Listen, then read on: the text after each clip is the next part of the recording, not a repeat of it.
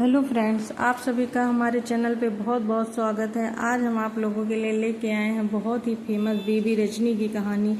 ये कहानी हमारी नई पीढ़ी के लिए बहुत ही महत्वपूर्ण है। तो चलिए शुरू करते हैं।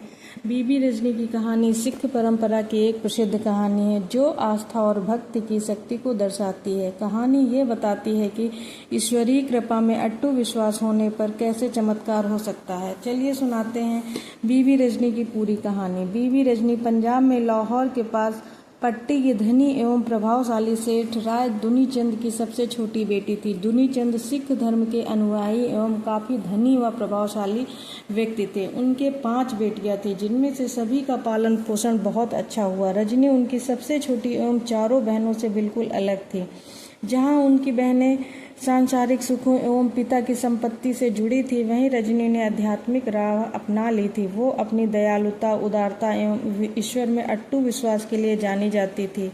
उनकी भक्ति ही उनको सबसे अलग करती थी, खासकर अपने पिता से, जो कि आध्यात्मिक होकर भी अपनी संपत्ति एवं सामाजिक स्थिति पर बहुत गर्व करते थे। एक दिन एक पारिवारिक समारोह के दौरान दुनीचंद ने अपनी बेटियों से एक सवाल पूछा, तुम्हारी राय में तुम्हारे पास जो धन, वैभव, सुख सुविधा है, उसका प्रबंध कौन करता है? अपने पिता को खुश करने के लिए चारों बहनों ने अपने पिता का ही नाम ले लिया, पर रजनी का जवाब अलग था। उसने कहा, ये केवल वाहे गुरु को की कृपा से है। यह भगवान ही है जो हमें सब प्रदान करते हैं, न कि पिताजी आप। रजनी के उत्तर पर राय दुनीचंद बहुत ज़्यादा क्रोधित हो गए। उसके शब्दों को उन्होंने अपना अपमान समझ लिया और अपने क्रोध में उन्होंने सजा के रूप में रजनी का विवाह एक कोढ़ी के साथ करना तय कर दिया। वो उसे जीवन की कठोर वास्तविकताओं से अवगत कराना चाहते थे और यह बताना चाहते थे कि जब कोई अपने पिता के अधिकार की अवहेलना करता है तो क्या होता है। अन्यायपूर्ण दंड के बावजूद रजनी ने अपने भाग्य को विनम्रता एवं शालीनता से स्वीकार किया। उसका मानना था कि सब वाहे गुरु की कृपा से हो रहा है। रजनी की शादी एक ऐसे शख्स से हुई जो कुष्ठ रोग से पीड़ित था। उसके परिवार ने उसे त्याग दिया था। हालांकि उसका पति गंभीर बीमारी से पीड़ित था, परंतु रजनी की सेवा भाव व दयालुता से वो बहुत ज़्यादा प्रभावित हुआ। उसने अपने पति का प्रेम व स्नेह से ख्याल रखा और परिस्थितियों के बारे में कभी भी कोई भी शिकायत नहीं की। दंपत्ति ने बहुत ही गरीबी में सारा जीवन जिया, पर रजनी का विश्वास अडिग रहा। एक दिन जब रजनी अपने पति के साथ जंगल में घूम रही थी तो वो दल्ला नामक गांव के पास एक प्राकृतिक झरने को देखा। उसने अपने पति को पेड़ के नीचे बैठा दिया और झरने से पानी लाने चली गई। उन्हें पता ही नहीं था कि यह झरना कोई साधारण जल स्रोत नहीं था, यह पवित्र था। उसमें चमत्कारी उपचार शक्तियां थी। जब रजनी पानी लाने गई तो उसके पति ने अचानक से देखा कि एक कौवा जो कि झरने के अंदर जाता है और थोड़ी देर बाद जैसे ही बाहर निकलता वो सफ़ेद रंग का सुंदर सा कबूतर में बदल जाता है। ये महसूस करके रजनी के पति ने अपनी सारी ताकत जुटाई और किस्मत आजमाने का फैसला कर लिया।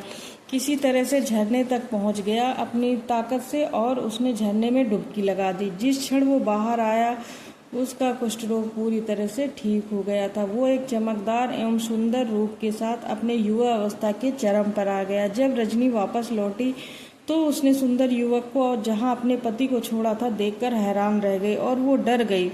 तब उसके पति ने उसे चमत्कारी झरने की सारी घटना सुनाई और बताया कैसे झरने की पवित्र जल ने उसे ठीक कर दिया। रजनी बहुत खुश हुई और वो वाहे गुरु का सत धन्यवाद करती है। फिर वह चमत्कारी उपचार की खबर तेजी से चारों तरफ फैल जाती है। अंततः चौथे वाहे गुरु रामदास के दरबार तक ये खबर पहुंच जाती है, जो अमृतसर में रहते थे। गुरु रामदास ने रजनी और उसके पति को अपने दरबार में बुलाया। जब वे पहुंचे तो गुरु ने उन्हें बहुत आशीर्वाद दिया और समझाया, यह रजनी की अटूट आस्था और भक्ति का ही फल है। गुरु रामदास ने जब उस स्थान को विकसित करने का फैसला ले लिया जहां चमत्कारी झरना था, जो बाद में अमृत झरना बन गया। यह स्थान सिख धर्म का सबसे पवित्र स्थान आज भी माना जाता है। रजनी और उनके पति ने भक्तिमय जीवन जिया और वाहे गुरु में उनकी आस्था दिन ब दिन मजबूत ही होती चली गई। अंततः कहानी की सीख हमें यह बताती है कि बीबी रजनी की कहानी आस्था, विनम्रता, दयालुता एवं भगवान में आस्था का प्रतीक है। धन्यवाद फ्रेंड्स। अगर आपको ये कहानी अच्छी लगे तो लाइक करें, सब्सक्राइब करें, शेयर करें। Thank you so much.